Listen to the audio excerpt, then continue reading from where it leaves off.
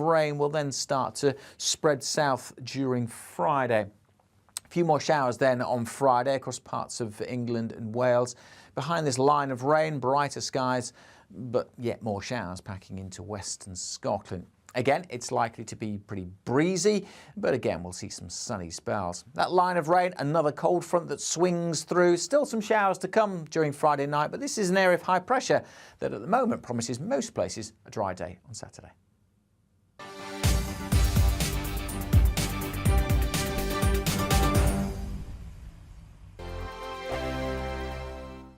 Weekday afternoons on GB News, we've got the whole of the UK covered. From 12 to 3, it's GB News Day with me, Mark Longhurst. And me, Gloria Di Piero. You'll get the very latest on everything that's been going on across our great nation. And from 3 till 6, watch out for GB News Live with me, Patrick Christys. I'm not here to mess around. With all the biggest topics and guests, you will always be up to date. GB News Day and GB News Live from 12 p.m. Only on GB News. The People's Channel, Britain's news channel.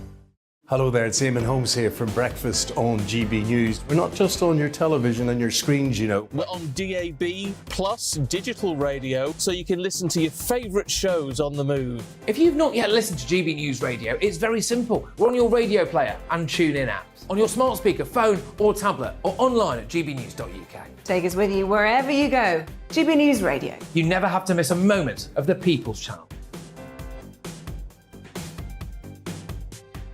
Join my show Farage, 7 p.m. till 8 p.m. Monday through Thursday. And there you will get opinion, analysis, debate, and I'll cover stories that nobody else dares to touch. You've been cancelled. Join the club. Oh, my goodness, brilliant. And then for the last 15 minutes, talking pints. We're over a drink. We have a civilised conversation with someone. We very often disagree, but we do it in a grown-up way. Come and join me on Farage. Hello, I'm Simon Evans. Join me on GB News for Headliners at 11 p.m, where I'll be joined by two of the country's top comedians as we take a look at tomorrow's newspapers tonight. If it's a big story, we'll be covering it, I guarantee, but we'll also have some fun along the way. That's GB News Headliners at 11 p.m. We won't put you to sleep, unlike some of the other paper review shows out there. So join us, 11 p.m, 7 nights a week.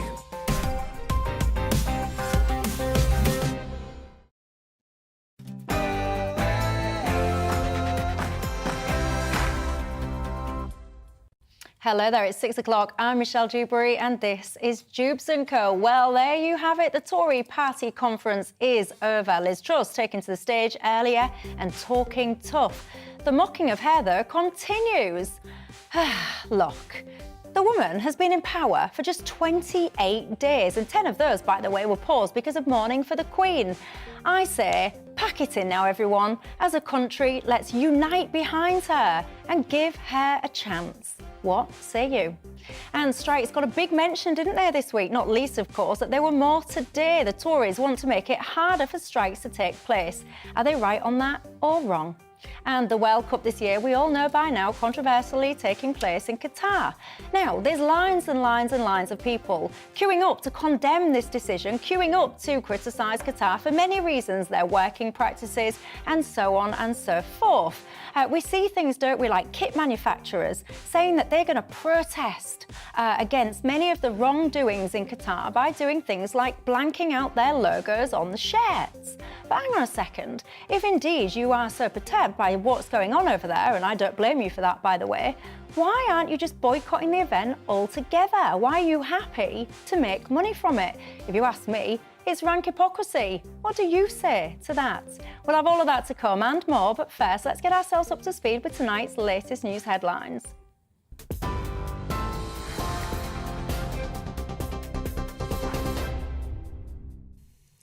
Michelle, thank you. Good evening to you. And the top story tonight, the Prime Minister has promised to make hard choices to get Britain's economy growing again.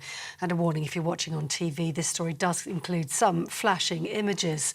Well, after being heckled by Greenpeace protesters who were quickly ejected from Conservative Party conference, Liz Truss described the demonstrators as enemies of enterprise.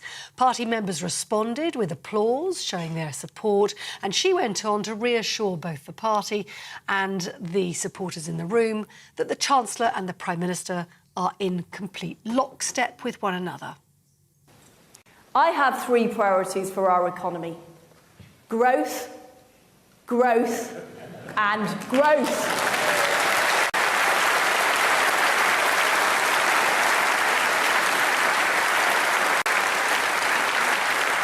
Growth means more money in people's pockets. It means businesses creating new jobs. Growth means people can feel secure and they can plan for their future. Fundamentally, growth helps people fulfil their hopes and their dreams. And that's why our dynamic new Chancellor and I will be taking action in three areas. Well, a News Away from conference, a man who caused a gas explosion which killed a toddler in Lancashire has been sentenced to 15 years in prison. Darren Greenham used an angle grinder to cut a gas pipe, which he planned to sell for scrap metal. He was drunk and under the influence of drugs at the time. 2-year-old George Hines died in the blast, which happened in May last year. He lived next door. A French court has cleared 3 British teachers of any wrongdoing over the death of a 12-year-old girl who drowned while she was on a school trip in 2015. Jessica Lawson died after a pontoon capsized in a lake near the city of Limoges. Stephen Lane, Chantal Lewis and Daisy Strathers were all found not guilty of the French equivalent of manslaughter by gross negligence. Police have named a teenager who died after being attacked in Gateshead. 14-year-old Thomas Oleshak was found with serious injuries after a suspected stabbing on Monday night. He died later in hospital. Another 14-year-old has been arrested on suspicion of murder, and a 13-year-old girl is being questioned on suspicion of assisting an offender. Rail passengers are enduring another day of travel disruption right across the network. ASLEF and TSSA union members are again striking over pay, jobs and conditions affecting services across the UK. ASLEF General Secretary Mick Whelan says the industrial action will continue until the government intervenes. It's about the people you represent. They haven't had a pay rise for 3 years. Our employers are privateers. We don't work for the government. We don't work for the DfT. They seem to have done a rather corrupt deal with the government where they're not allowed to offer us a cost of living increase. So when we talk to our employers, they say you've got to talk to the government. And when we talk to the government, they say we've got to talk to our employers. After 3 years, our members have had enough. In America, the actor Alec Baldwin and the production company behind the movie Rust have reached an undisclosed settlement with the estate of cinematographer Helena Hutchins.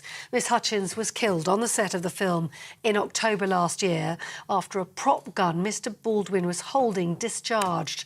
Lawyers representing Miss Hutchins' husband Matthew and their son had sued for wrongful death. The decision means filming of the movie will now continue.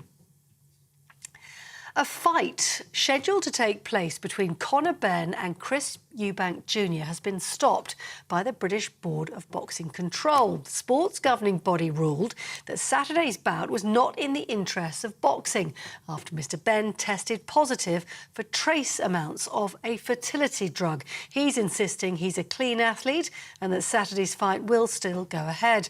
The contest would be the 3rd time the families have fought in the ring, with their fathers clashing twice in the early 1990s. Now, Prince William has visited England's Football Centre to mark its 10th anniversary. The royal visit recognises St George's Park as being the home of English football since 2012. Prince William, who's the president of the Football Association, met with staff and players.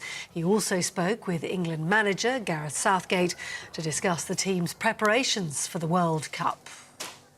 That's it. You're up to date on TV, online and on DAB+ radio. You're with GB News, the People's Channel, where now it's time for Dewbs & Co.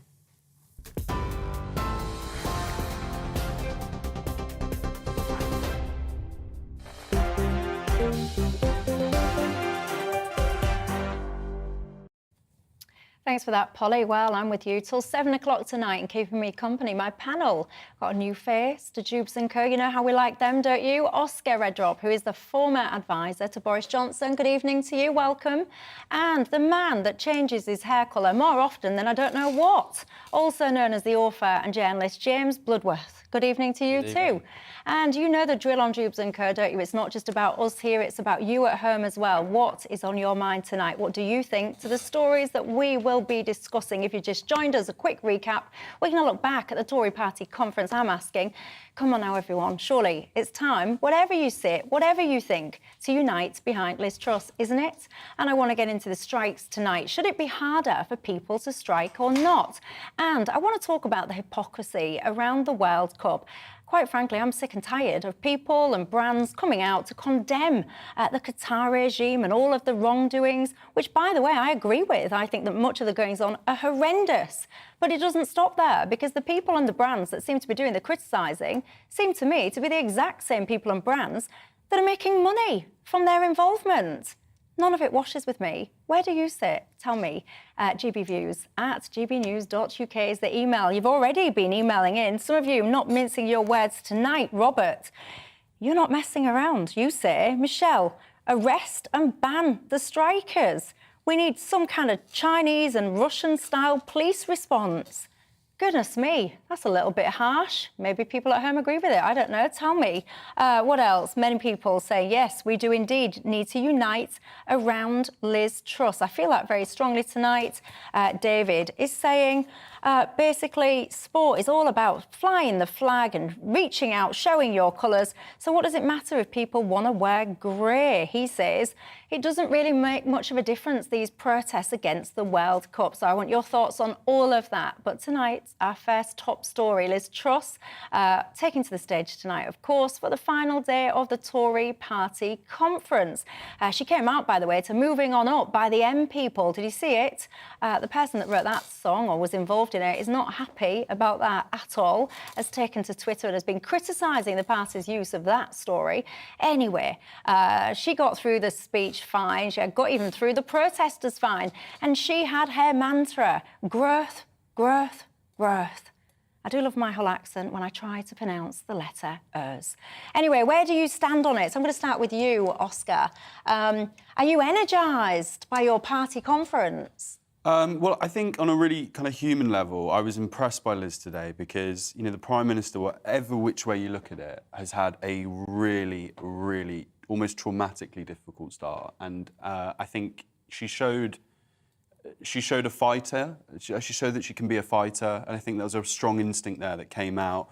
I think she began to articulate herself in terms of what growth can actually mean for the party. But the harsh reality is, and there's no kind of getting away from this, it was a really, really difficult conference. And you have to remember, you know, it was only a couple of weeks, you know, the week before that Labour had, I think, probably their most successful conference in maybe a generation. But despite that, and she would have been aware of that pressure, she would have seen all the kind of the almost open warfare briefing amongst the cabinet.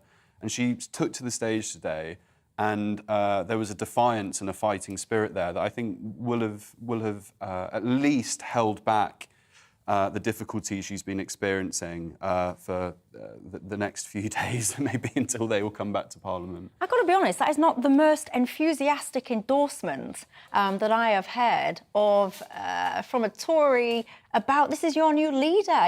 This is your new chapter. This is the bluest of the blue, the revival of the traditional Tory. Yay! No, absolutely. I think what needs to... My only reservation is, and I think Liz will turn out to be a really good leader for the party. But my reservation at this stage is I don't think, and I'm really interested to get your thoughts as well, but I don't think the next election is going to be run on growth. I think the next election will be it will be run on fairness.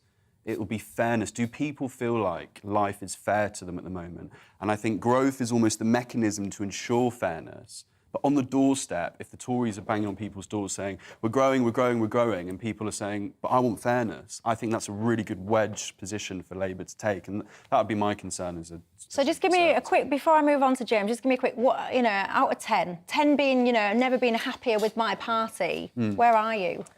Well, I feel quite close to almost, because I've just left. Oh, just get on with it. Give me a 0 to 10. 10 being ecstatic, 0 being 0. Go on. I'd say probably a 5. Oh, harsh. It's difficult times. Right. I'm going to refrain from calling you Eminem. I'll call you James. Where do you stand on it all? I mean, I wasn't particularly impressed. Maybe that's not a huge surprise.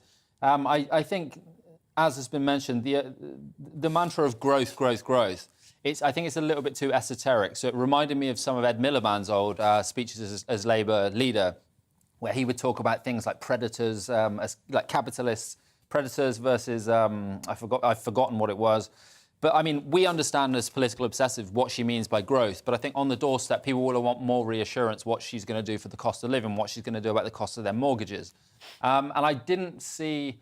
I mean, the markets didn't react positively to her speech. So, I mean, the pound has rallied the last week since the pledge of tax cuts, but the markets have dropped again since Liz Truss's speech, so they aren't reassured. And if they're not reassured, who is this speech actually for? But markets fluctuate, don't they? They go up and down all the time. I was actually on holiday. You would think they would endorse something that's supposedly a conservative, a true conservative speech. This doesn't smack of fiscal responsibility. This should be something that's reassuring the markets. People like me are never going to like a speech like this, but the markets should. But even they don't like it. I see there's troubles ahead. But to that point, there's in fairness, I haven't seen a Prime Minister have to deal with so many different audiences all at the same time. Mm-hmm. She's had the market reaction. She's had to deal with that and really kind of prioritise satisfying them and calming them. She's then got her own MPs, her own cabinet ministers, the membership, and I think she just about got through that today, actually. And now it will transition to the voters, the electorate, and ultimately the people should, in an ideal world, matter most. I'd be worried that the mischief making that happened throughout conference for Liz I think that will continue in time. I think the next rebellion will be on the universal credit uplift stuff, and that goes back to my point about fairness. I think there's a worry that we're not coming across as a party that prioritised fairness, and I think that's. But again, fairness means different things to different people. I think the post-Brexit Conservative Party understood that security was important to people. So, for example, it's all very well saying we want growth, growth, growth, but the way to get people spending money is to make them feel secure.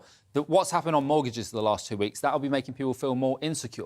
The things that have been talked about in terms of cutting in real terms benefits for people, that's going to make people feel more insecure. All of these things are the enemy of growth. These things are anti-work. To grow the economy, and Boris Johnson, I think, did understand this better than Liz Truss, you have to make people in communities right across the country feel secure, so they will go out and spend money, start up businesses and generate growth. But there are a lot of uncertainties globally right now. So what we're seeing here, we're not existing in this, weird UK bubble. If you look right across the globe, interest rates globally are rising. Energy prices have been, in the main, I know we've had kind of ups and downs, in the main they have been rising. Inflation has been rising. This is not unique to Liz Truss. But what I found absolutely astonishing about your party, I can't even believe it. I can't even believe that the Tories could go from the position that they were in. I ran in the 2019 election. Yeah, that's right. And I remember the shock that many people experienced when various red wall seats turned blue. It was, for the party, it was a shock. It was a unique situation. They were, because, I'm working class, I'm Northern. There were seats that I would never in a million years have thought had gone Tory that went Tory. You had this 80-seat majority or whatever it was. I can't believe that you've gone from that to the situation that you're in now. And you sit and you say that you think that this kind of disagreement within your party will continue. And it makes me listen and I think, what's the matter with you all? Don't you understand that by serving out personal agendas, by trying to orchestrate what some in your own party have described as coups, don't you understand that all you're doing is creating a monumental act of self-harm? No, I completely. I mean, I worked for a Teesside MP in the 2019. It's kind of why I got involved with the Tories. I thought that election was absolutely groundbreakingly exciting for the party, and obviously external circumstances have meant the investment programmes that I know Boris was so excited by, and I mean, levelling up was his entire. It was an obsession for him, and I think. That has been derailed somewhat, and I really genuinely from the bottom of my heart hope that the party can get back to that by the next election, and that they can convince voters that investing in those areas that have been left behind for and to be political about it, had they'd felt had been left behind by the Labour Party for so long, that the party can return to that in some way. But I think the point what's going on, there's a slight identity crisis at the moment in the party, is that they're disagreeing about how they serve those communities. And, But then you've got to bang your heads together, reach a consensus, and get on with it. And in business, for example, if you was having disagreements around your boardroom, rarely would you operate in such a public way with your conflicts. And I look at you all and I think, what are you doing? Yeah. Like, I want to get in there and shake you all together, because the country depends on a united political party stopping the bickering, stopping the ridiculous personal agendas, and moving forward. Everyone needs that. It doesn't matter what side of the fence you sit on. Everybody needs the country to develop and grow and move forward. And by the way, James, you say like the markets react negatively to some of the stuff that Liz Truss has done and said, and I don't dispute that, by the way, that's been obvious and evident. And there's a part of me that does ponder, is that negative market reaction purely because, the markets are getting jittery about Liz Truss's policies, or is there an element of this, and maybe it's an and, not an or, is there an element of this that actually sit there and go, it's looking likely that we're going to have, I don't know whether it's a Labour government or Lib Dem Labour government, and what will that do to the market? So people are getting jittery by the potential, not because of the negativity of the Tories, but the potential of the Labour Lib Dem opposition. No, I don't think so, because Rachel Reeves, who's the Shadow Chancellor, was a Bank of England economist. I think that they have more faith in her than they have in Kwasi Kwarteng. I think that the markets have reacted as they did initially to Kwasi Kwarteng's promise of tax cuts, because they don't see where the money's coming from if it's not from taxes. I mean, we hear this talk of more red tape. It's kind of the go-to language of red tape being cut from public services. Well, people can't get a GP appointment for sometimes for more than 2 weeks. People don't see police officers in their local area anymore. Where are these cuts coming from? Well, if you cut red tape from the NHS, does this mean doctors have to do even more of their own paperwork? I mean, this idea that there's this well of money that can be saved in public services, after years of austerity, I just don't think is credible, and I think the markets don't find that credible either. Well, we've been doing quite well in terms of agreeing with each other, actually. The one thing I would say on that, though, is actually, and this is part of maybe the comms problem that the government have had at times, is that actually this Conservative government have been hugely generous in terms of supporting communities. I mean, you go back to furlough, and even under Boris, though. Well, I mean, even with the energy package that Boris was more switched on with that stuff. Yeah, I'm not sure that's going to be continuing. No, but I mean, Liz's energy package. I mean, like that was really, really kind of straight out the gate, big intervention action, and it has been lost for the reasons that we have discussed, and that's probably a frustration to a lot of the MPs actually, because they're going to their doorstep saying, "No, we are helping you guys. Why are you just constantly wanting to talk about all the stuff that we may have got wrong over the last..." But I think that's a slightly unfair criticism of the Conservative Party. I think there's a belief in certain areas of the Tory Party that they've been too kind of generous with fiscal measures over the last few years, and actually like there's a belt tightening that needs to happen, and those kind of free market principles are very much part of that. But that again goes to my point. There is a slight identity crisis going on at the moment, I think. And I think that is okay, because we are still 2 years away from a general election. And as we all know, I think the phrase was, weeks are a long time. It's days now. Like, politics just seems to be shifting almost by the hour. So 2 years is a long old time. And I think if they can sort out who they are and what they want to be as a party, and my advice would be, remember that this general election will be on fairness. Do people feel like they're being looked after? They feel like life is fair? I think the Tories can absolutely win the next. And you mentioned Rachel Reeves, by the way, and you mentioned her connection with banking and all the rest of it, but she's been criticised quite heavily on Twitter.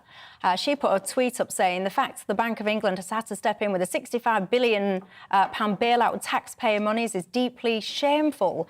But that's inaccurate. Yeah, there was a fund. I've seen this. Yeah, I know the figure is inaccurate. Yeah, it's not slightly inaccurate. They ring-fenced a sum of money of which they spent, I think it was about £4 billion, for her to put up that actually, and I'm quoting here directly, hence I'm reading my screen, for her to put up that the fact the Bank of England had to step in with a £65 billion bailout with taxpayers' money, it's just not true.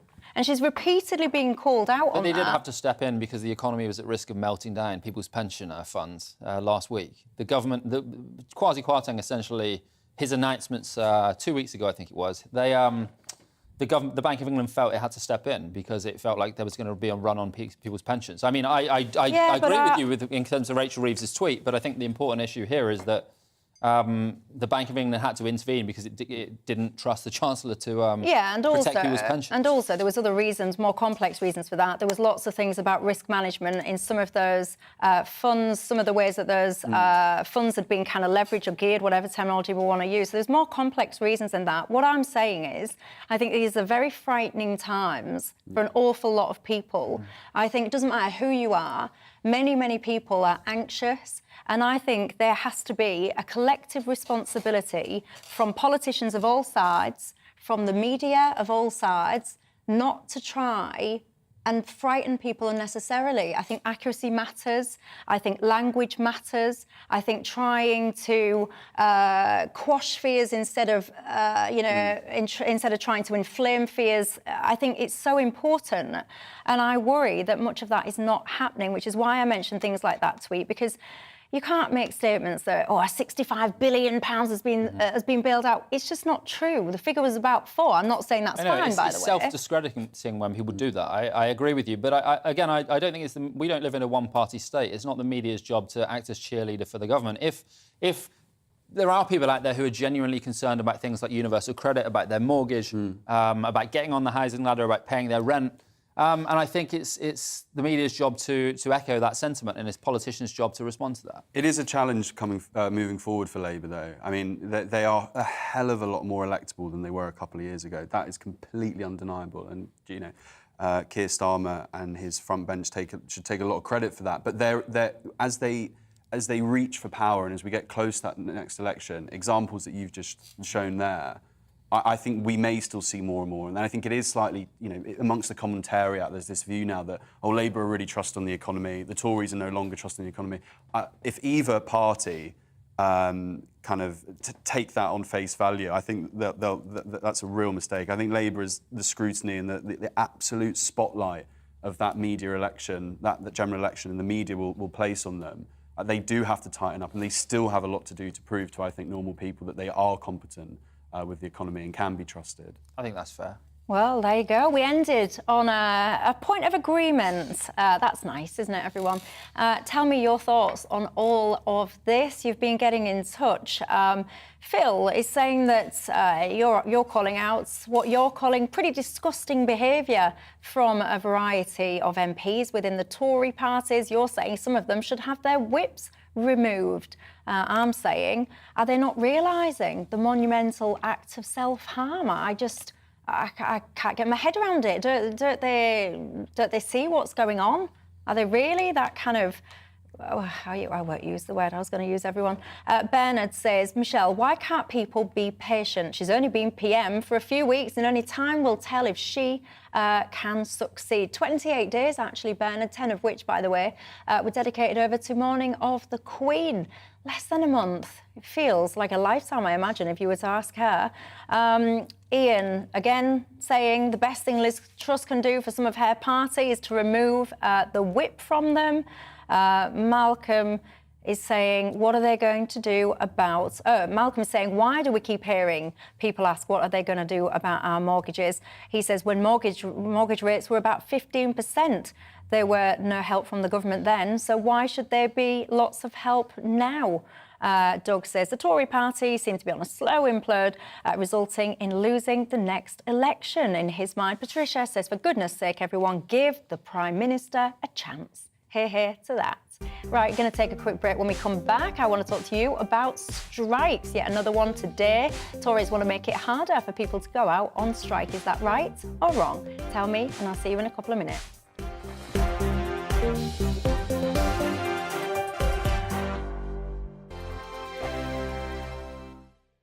Weekday afternoons on GB News, we've got the whole of the UK covered. From 12 to 3, it's GB News Day with me, Mark Longhurst. And me, Gloria Di Piero. You'll get the very latest on everything that's been going on across our great nation. And from 3 till 6, watch out for GB News Live with me, Patrick Christys. I'm not here to mess around with all the biggest topics and guests. You will always be up to date. GB News Day and GB News Live from 12 p.m. Only on GB News. The People's Channel, Britain's news channel. Hello there, it's Eamon Holmes here from Breakfast on GB News. We're not just on your television and your screens, you know. We're on DAB plus digital radio, so you can listen to your favourite shows on the move. If you've not yet listened to GB News Radio, it's very simple. We're on your radio player and TuneIn apps, on your smart speaker, phone or tablet, or online at gbnews.uk. Take us with you wherever you go. GB News Radio. You never have to miss a moment of the People's Channel.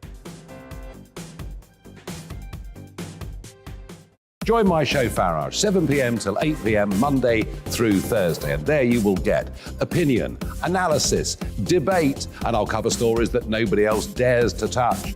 You've been cancelled. Join the club. Oh my goodness me. And then for the last 15 minutes, talking pints. We're over a drink. We have a civilised conversation with someone.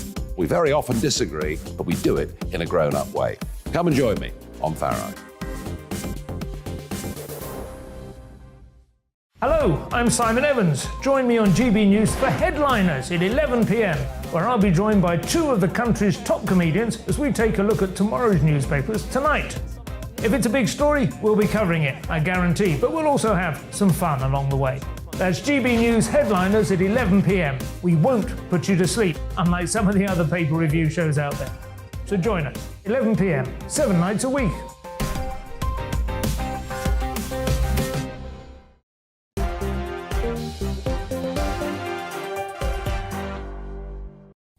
Hello there, welcome back to Dewbs & Co with me, Michelle Dewberry, right through with you until 7 o'clock tonight. My panel, Oscar Redrop, who's the former advisor to Boris Johnson, and author and journalist James Bloodworth. If you've just joined us, you just missed our quite spirited conversation about the Tories and, quite frankly, what on earth they are doing to themselves. We could have carried on with that all day long, but you know what? We're going to move on because I want to talk to you about strikes. I mean, you know, they rumble on, don't they? We've had more today, trains this time, and it all boils down to pay and conditions, the Tories saying that they're going to make it harder for people going forward to strike. Is that the right approach in your mind or the wrong one? James? No, I think it's the wrong one, perhaps unsurprisingly that I would say that. I think strikes the last few years, they're at an all-time low. I don't think unions are the force they were in this country that they once were, especially in the 70s. I think the government and employers should get around the table and negotiate. I mean, ASLEF is not a militant trade union in the way that the RMT sometimes can be characterised as. I think the train workers on the trains have not had a pay rise for 3 years. Inflation's at, I think it's around 10% now. We may disagree over that they should be given an inflation-busting pay rise, but I think workers should have the right to withdraw their labour, and I think negotiation is the way to deal with this. There are some union leaders who are more militant than others, but there are union leaders who are perfectly willing to negotiate. I've worked with trade unions before, and while they've negotiated with employers who've come to the table, they've come to agreements and they've satisfied the workers and the employers. I think it's perfectly possible. I think the government's using this as a distraction. You say as well, you think the government needs to come to the table. Why? Why does the government need to come to the table? The employer needs to come to the table, I think. Yeah. But if they don't, I think the government's within its right to intervene. I don't think people should have the right to strike taken away from them. We have some of the most restrictive trade union laws in Europe and the UK. I think the idea that when many workers are struggling as it is with inflation, that we should therefore remove more of their rights at work, I just think that's just a silly. I think that's bad politics, if nothing else. I think it's wrong, but it's bad politics. Where do you stand on it, Oscar? I mean, I struggle with them. With what? I struggle with striking, particularly the really disruptive ones we've seen across the rails across the country. I really struggle with them because, and I know this argument's been heard 1,000,001 times, but I think it is important this argument is heard, is when things are as tough for working people as they are now, I think if the idea, you know, I remember when they happened across London during the summer, and you'd see like a mum with her pram and her 2 kids. She was in her work uniform. She was trying to get onto a crowded packed bus. I could see the stress and the kind of the difficulty it was causing her. And that is going on, you know, up and down the country when those strikes take place. So I find it really problematic. I don't think it's fair. But a union leader would say to you, the whole point of a strike is to be disruptive, because if you sit there and you say going on strike and I'm going to do it at, I don't know, just say, for example, 2 in the morning when no one uses my service, well, what's the point in that? But who are you hurting? You know, in those moments, you are hurting fellow working people who are just trying to get about their lives, you know, and I know it sounds alarmist, but like there were examples of ambulances not being able to get to hospitals. It's just not, you know, because of closure. It's not right. It's just simple. So how do they get the pay rise then if they don't go on strike? Well, I think there isn't. I mean, going back to what we're saying in terms of, you know, before the break, in terms of fairness, and, you know, like, everyone is finding life really, really difficult at the moment. And I get, and just in terms of, like, the politics of it, if I just go back to that, and I think this, you know, these strikes will absolutely be, you know, front and centre of the next election. I personally think whichever party can actually find the unrepresented, and the unrepresented might be struggling just as much. They're not signed up to some, you know, high-profile union. They're a working family. They don't feel like anyone's talking to them, and they are just about keeping their head above water. Whoever talks to them, I think, wins the next general election. And I think, you know, Mick from the R&T, I remember when he was doing all his media stuff when I was at Number 10. He's a really, really superb communicator, and that's very powerful. But you do have to remember the disruption that it causes, and it's just, I just think it's not right. Yeah, see, like when I see strikes planned that potentially are going to impact things like the London Marathon, you tear me off then, I'm afraid. I've done the London Marathon twice. The effort, the dedication that you put in to training for that marathon in order to raise money for charity, most people do it for, to try and disrupt that event, to try and do something that ultimately you're going to potentially remove the funds from those charities. To me, you're crossing the line at that point. Don't you agree? I mean, I don't think people strike just for fun. I think it's quite hard to strike in this country to start with. You have to have a certain threshold of the vote to go out on strike. And you can lose earnings. People don't like going on strike. I mean, I worked for the Royal Mail when we went on strike in 2009, and it wasn't something we did with relish. It was a case of a last resort because we didn't feel like the employers would get around the negotiating table. Yeah, I understand it's disruptive, but that's the only leverage that workers have to get employers around the table. If there was no disruption, the employers would let them get on with it, and workers would never win any concessions. So, I mean, the disruption is, I've got a situation where I need to get a train sometimes, and then there's a strike and I curse and, you know, it annoys me. But at the same time, you know, I've been in that position where the only leverage I had against an employer was to go on strike. And I didn't do it with relish, but it was the last resort. And do you think these proposals that they're talking about to try and make it harder to strike or to get a strike off the ground and the kind of service that you have to provide if you do you think they'll get that passed where they need? This is where it's quite confusing, and I feel like a very confused human being now, because I actually don't... that does sit a bit uncomfortable with me, oddly, you know, because whilst I think they're horrifically disruptive and I don't think they should happen, I do think you get into slightly uncomfortable territory when you impinge on people's rights to vocalise in quite a disruptive way, as we've discussed, things they're not happy with in their workplace. That does actually make me feel a bit uncomfortable. I think there'll be a real battle ahead on that. It'll be interesting to see where it sits in terms of parliamentary kind of priority over the next few months, because there is so much going on. I think the thing that does kind of stick in people's throats a little bit when they see these protests happening and they see the disruption it causes, as I was saying before, is there are a lot of people who work in the private sector, you know, who like are not having a great time with it. It isn't. We do simplify it. And we do go, you know, like public sector workers. You know, the Tories, they're absolutely dismantling, you know, public services. And actually, like, there are a lot of people. There are a lot of, you know, cleaning agencies and actually you know, people who work on trains who work for the private companies, and they must feel like they must kind of watch it sometimes and go, who's talking for me here? I mean, there used to be lots of those people in trade unions, but it was the Conservative Party of the 1980s and 90s which dismantled those trade unions and outsourced things. So, I mean, there is a case for saying that if you're working for the private sector and you want your terms and conditions to improve, maybe you should behave more like, maybe you should join a union and behave more militantly. Let me it does ask seem to you, work. one of my viewers, Jill, has just written in with a question. I'm going to say it to you. She says, Michelle, in this country, blackmail is illegal. So why do the unions essentially getting away with it?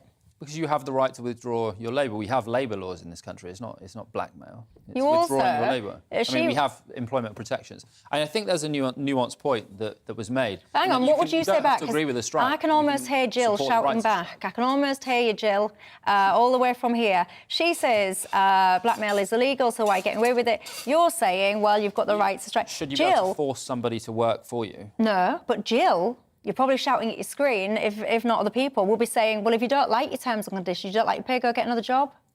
I mean, I don't want to live in a world where people can just be thrown out of work just for any kind of small violation. You're not getting thrown out your job. You're saying, Jill's saying, you know, basically the unions are blackmailing. You're saying workers are allowed to withdraw their labour. Jill is probably shouting back at the screen, well, if you don't like your terms and conditions, choose So then we have to a leave. race to the bottom. I mean, you have people in London, in the East End of London, migrants who will work for £1 an hour. We could go out and find people who would do that. Yeah, I and don't if want to it- live in an economy where someone can be Yeah, but someone hang can work for £1 on. Yeah, an but hour. let's I be believe in sensible. employment regulation. Let's be sensible, because yes, you can find unscrupulous There's always something worse practices. off.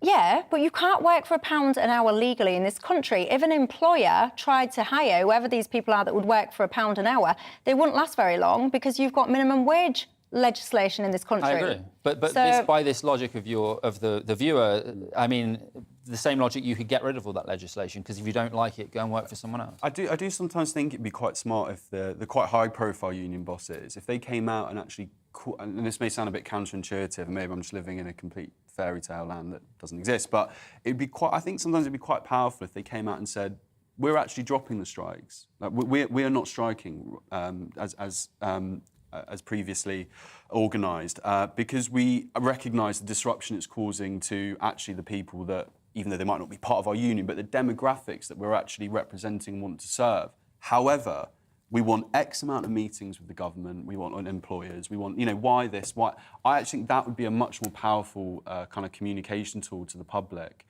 because, as Jill's kind of articulating, like it just feels really annoying, and sometimes that doesn't feel really, that's oversimplifying it, not particularly an intellectual point to make, but things that are annoying don't travel well communication-wise. Do you respond to that? I mean, I think a good nuanced point is made in that you don't have to support individual strikes to believe in the right for someone to withdraw their labour. So, I mean, there's strikes in the past where I have been not really supportive of it, but I wouldn't respond to that by trying to withdraw someone's right to withdraw their labour. I think that's an important principle in a civilised society. Well, there you go. You tell me. You've heard the gents' thoughts on that. Tell me yours. gbviews@gbnews.uk is my email address. You can tweet me at Michelle Dewbs. Tell me your thoughts. I'm going to take a quick break, and when I come back, I want to talk about rank hypocrisy. So I do, because the World Cup is in November, I think it is. We all know by now it's taking place in Qatar. People are queuing up in their droves to criticise the Qataris for all manner of things, many of which we're familiar with by now. But then, on the other hand, they're getting involved. They're making money from their involvement. I find it so hypocritical. If you are indeed outraged, as you have the right to be, why are you involved? Tell me your thoughts, and I'll see you in a couple of minutes.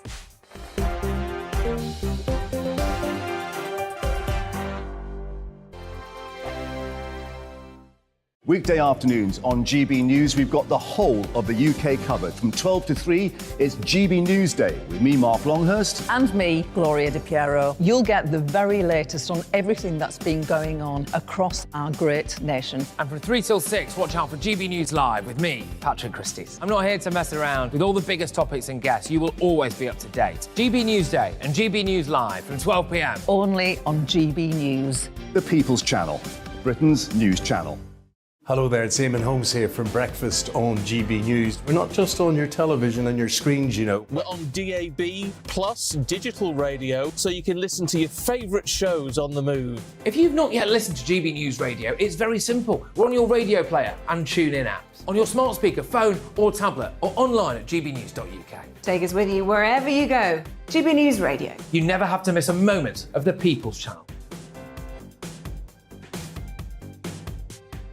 Join my show Farage, 7 p.m. till 8 p.m. Monday through Thursday. And there you will get opinion, analysis, debate, and I'll cover stories that nobody else dares to touch. You've been cancelled. Join the club. Oh my goodness me. And then for the last 15 minutes, talking pints. We're over a drink. We have a civilised conversation with someone. We very often disagree, but we do it in a grown-up way. Come and join me on Farage. Hello, I'm Simon Evans. Join me on GB News for Headliners at 11 p.m, where I'll be joined by two of the country's top comedians as we take a look at tomorrow's newspapers tonight. If it's a big story, we'll be covering it, I guarantee, but we'll also have some fun along the way. That's GB News Headliners at 11 p.m. We won't put you to sleep, unlike some of the other paper review shows out there. So join us, 11 p.m, 7 nights a week.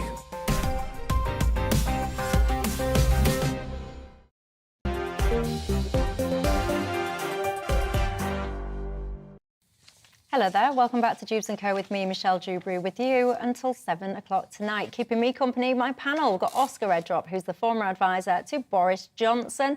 Although I've got to say, tonight it is making me think he's going to cross the floor any minute now and switch over to Labour. And on my left is the author and journalist James Bloodworth. Good evening, gentlemen. I've been enjoying the conversation so far. We've covered the Tory party conference and also strikes, if you just joined us. And now I want to talk to you about the World Cup. Are you going? Is any of you out there excited to get out there in November to Qatar? We all know by now that there's been a lot of controversy around this particular World Cup because of where it's hosted. There's been scores of migrant workers who have died building the football stadiums there. And, you know, the controversies never seem to end, nor though do the people lining up to criticise the Qataris and some of the going on there. So many people have been coming out and criticising FIFA's decision, by the way, to even have the competition there. Now, the makers of Denmark strips say basically what they've done is they've kind of blacked out their logos because they don't want their logos to be visible during a tournament that's cost people their lives. They're saying they're doing this as a form of protest. I've got to be honest, so many people, and this troubles me, so many people queuing up to condemn the Qataris for lots of the things they're doing, quite rightly so in my mind. But then on the other hand, they are also keeping with their involvement and often making money. So I use the example there of the company creating these strips. We're going to not blare out, but we're going to, you know, blend in our logo so it's not prominent. But if you're that bothered, there's the, I'm showing you the kit, by the way. They've also done a black version of it as well. And my question is, if you are that outraged by migrant workers dying, which you're absolutely right to be, by the way, why would you just not have an involvement? Why are you creating, in this example, a strip and profiteering from it? And, you know, we've just very helpfully advertised the new strip and we're talking about it. So I think the cynicism that is at play there is probably self-evident just by that. Look, I mean, the real difficulty here is I'm absolutely obsessed with football. For me, they're, in terms of simple life pleasures, you know, the idea of like getting together with my mates, going to the pub and watching England play is, it's really, really high on the list for me. Yeah. But because of everything that's gone on, and you mentioned it, I think quite rightly, you know, the fact that FIFA gave this tournament to Qatar is problematic. Like when I go to the pub and I watch the football with my mates, am I going to in the back of my head thinking like, oh, should I be supporting? Do you think that they should have given it to Qatar? I mean, I don't think so. I hope people don't think that's a controversial thing to say, but I think there's probably, you know, when you Why is it controversial? I don't think they should have. No, they shouldn't have. I mean, like, you look at the human rights records, and you look even in the actual formation of this tournament, you know, migrant workers dying, it does sit really uncomfortably. But to your initial point, and exactly why we're having this conversation, it's definitely not worse than everything we've just discussed, but it is really distasteful when brands who ultimately have a bottom line and want to make money start doing the virtue signalling thing in order for us to talk about it, to show pictures of their new kit. Like, there's something really cynical in that, I think. And I actually think the virtue signalling thing is really from not a bygone era almost, but I think we're moving past it. I think we're seeing it now. I think people, they've cottoned onto it, and I just don't think it flies with most people anymore. James? Yeah, I mean, I think it's a huge mistake to host the World Cup in Qatar. I think it makes no sense from a football's perspective. I think the fact they've had to hold the tournament in the winter in the middle of the Premier League, which is essentially going to ruin the Premier League this year, in my opinion. I think the reason it's held in Qatar is the reason lots of things are kind of migrating out there nowadays. It's money. That's where the money is from natural resources. And I think FIFA is not the most upstanding organisation, to put it kind of mildly. Yeah, this is virtue signalling. Is it the wrong thing to do? No, I mean, maybe it will start some more conversations with people who don't know much about Qatari politics when they're watching it. Why has Denmark got their kit blanked out? And then they maybe will have a conversation about it. Maybe it will raise some awareness. But at the same time, it's the decision to host the World Cup in Qatar is about money. So I think you have to hit the Qatari authorities in the pocket if you actually want to make a difference. And these brands, as has just been said, these brands virtue signalling, I think people are getting a bit tired of it. I mean, if you really object to the World Cup there that much, don't send a team there, withdraw your sponsorship from the event entirely. I think people won't do that. And this is the thing that They won't suffer any kind of hardship themselves. I'm so angry with FIFA, wherever you are, FIFA. I'm so angry with you. They're definitely watching. They are definitely watching. Yes, because I'm so angry with FIFA because, like I said, it is like this, and it's, you know, to millions of people, it is such an amazing kind of patriotic, simple pleasure to watch England with people that, you know, with your mates and stuff, and to have in the back of your mind this going on. This conversation going on, it's horrible, it's rubbish. I think money is starting to ruin football in some ways. I mean, there was talk of the breakaway. No, but really ruin it. So there was talk of the breakaway Super League. There's talk of playing Champions League games in kind of like America or neutral countries now. Yeah. And I think the World Cup going to Qatar is the latest episode in that. Is anyone out there watching this? You're going to Qatar. I want you to tell me, and if you are going, do you care about some of the controversies? Alex has been in touch saying, I stick to my principles and I won't be watching the World Cup. Good luck, England. That's so sad. That's so sad. You see, the problem with me is I would sit there and I'd say, yeah, I'm not going to watch it either. And then I'd be walking home one night and I'd hear all the roars coming from the pub and I'd be like, I know I said I wasn't going to watch it, but I'd be in the pub getting involved. But I just get a little bit tired of it. I just get tired of these brands coming out, lecturing everybody on how to live their lives, lecturing everyone by which values to adhere to, and then promoting themselves as these kind of, oh, I'm so virtuous. And then on the other hand, acting in a way that's entirely contradictory. Where I am from in Hull, we have a massive Sainsbury's, and it makes me laugh because it's so ridiculous. They have this huge, long banner saying Sainsbury's loves pride, whatever that means, and then simultaneously sell their products into Saudi Arabia. And I think, well, if you love pride that much that you want to create these huge, massive banners, what are you doing selling your products into regimes that will pretty much stun people for the thing that you apparently love? I find it absolutely ridiculous. I don't like it. I don't support it. And I would put an appeal out to you all of the brand leaders watching, don't be hypocrites. That's what I say. What says you? Dan says, Qatar is trying to buy decency. Sports companies will happily partake as there is no money to be made. He says their virtual signalling is as thin as my hair, he says. Parasites. Not my hair, his hair, but probably my thin hair as well. I don't think Dan was talking about mine. Phil says, I entirely agree with you all about Qatar. Samantha says, what about David Beckham? Oh, I hear you. I hear you. That's a good point, though. Is it better to be like Beckham and just make loads of money and not say anything? Is that... It is slightly better to be these kit companies, at least they're saying something about it. Yeah. Yeah, they're saying something, but then simultaneously kind of... He was getting a lot of heat, actually, and then he stood in a queue for a very long time. Yes. Very smart. Unlike some people that did not stay in the queue, who I won't mention because they've had enough of a kicking as it is. Tell me, if you're going to Qatar, does any of this controversy bother you? Right, what else? Lots of you still getting in touch. And I was just about to move on, but then I thought, you know, I saw something else today that caught my eye. Are any of you men single? No.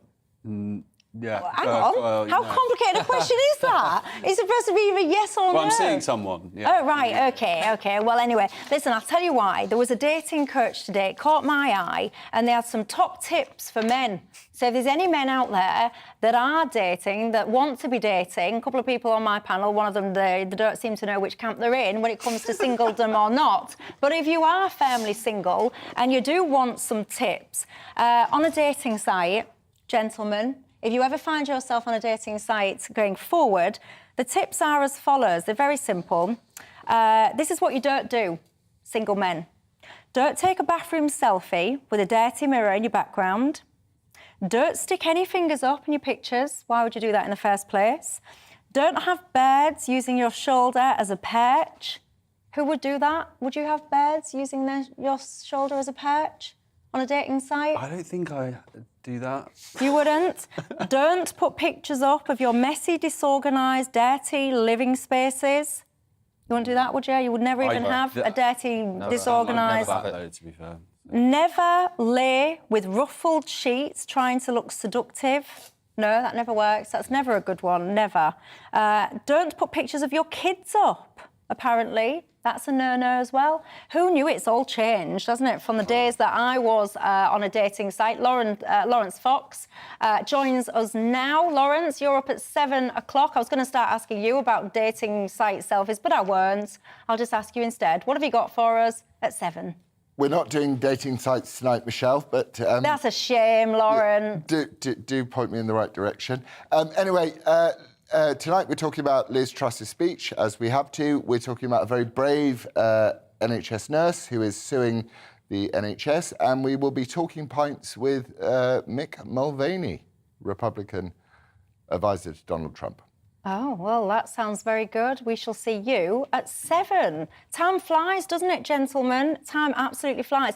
I'm still trying to find one of you out there that's going to Qatar. Is there anybody out there? Would you go if you got the chance? Do I get, like, is it free tickets? And am I really going to have to question my moral compass now? Is it all free? Is it all paid for? Hang on. If it was free, wouldn't you question your moral compass? You'd only question your moral compass if you was paying for it. Well, no, I mean, I can't afford to go, but if someone offered me, you know, free kind of tickets to the final and England were playing and, you know, I was in a nice, comfy seat, I really would have to have a long, hard look in the mirror. I'm not quite sure I'm ready to do that yet. Really? Yeah. See, this is... I was watching the other day some protesters doing very bizarre things, like setting their own arms on fire about private jets and stuff like that. And I look at these people and I think, do you know what? If someone walked over to you, this was the person as well that was pouring the faeces, we'll call it at tea time, on the Captain Tom Memorial, and they're all about criticising private jets and all the rest of it.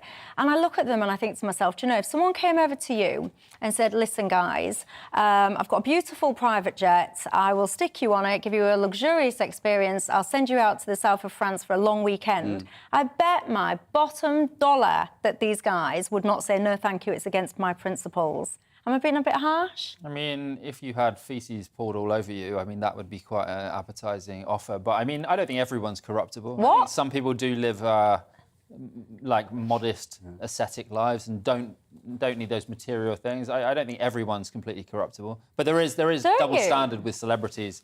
I agree there's a double standard with celebrities lecturing people on the green agenda, then flying off to their private jet to lecture some more people on it. I do see that. See, I find that fascinating. James says that not everybody is corruptible. Is that true? Are you? Because I suspect that everybody has got a point where, no matter how we all lament this and that and the other, most people have probably got a point, actually, that if it was enough money or enough this or enough that, you might be tempted. Am I wrong? Am I being harsh on the whole of humanity? You can ponder that. You can tell me it another night, because that is all I've got time for this evening. Gentlemen, thank you very much for your time. Welcome again. We always love a new face on Dewbs & Co. You can come back. Thank you, everyone at home, for your contributions tonight as well. Have yourself a wonderful evening. Don't forget, Lawrence Fox is up next, so don't go anywhere. And I will see you tomorrow. Evening, Alex Deacon here with your latest weather update from the Met Office. Still breezy tomorrow, but not quite as windy as today. Many places seeing sunny spells. For some, though, there will be a fair few showers. We've seen quite a bit of rain from this weather front today, zipping away from the southeast. Plenty of isobars still on the chart, hence why it'll still be fairly windy through the night, and indeed for much of tomorrow as weather fronts approach from the northwest.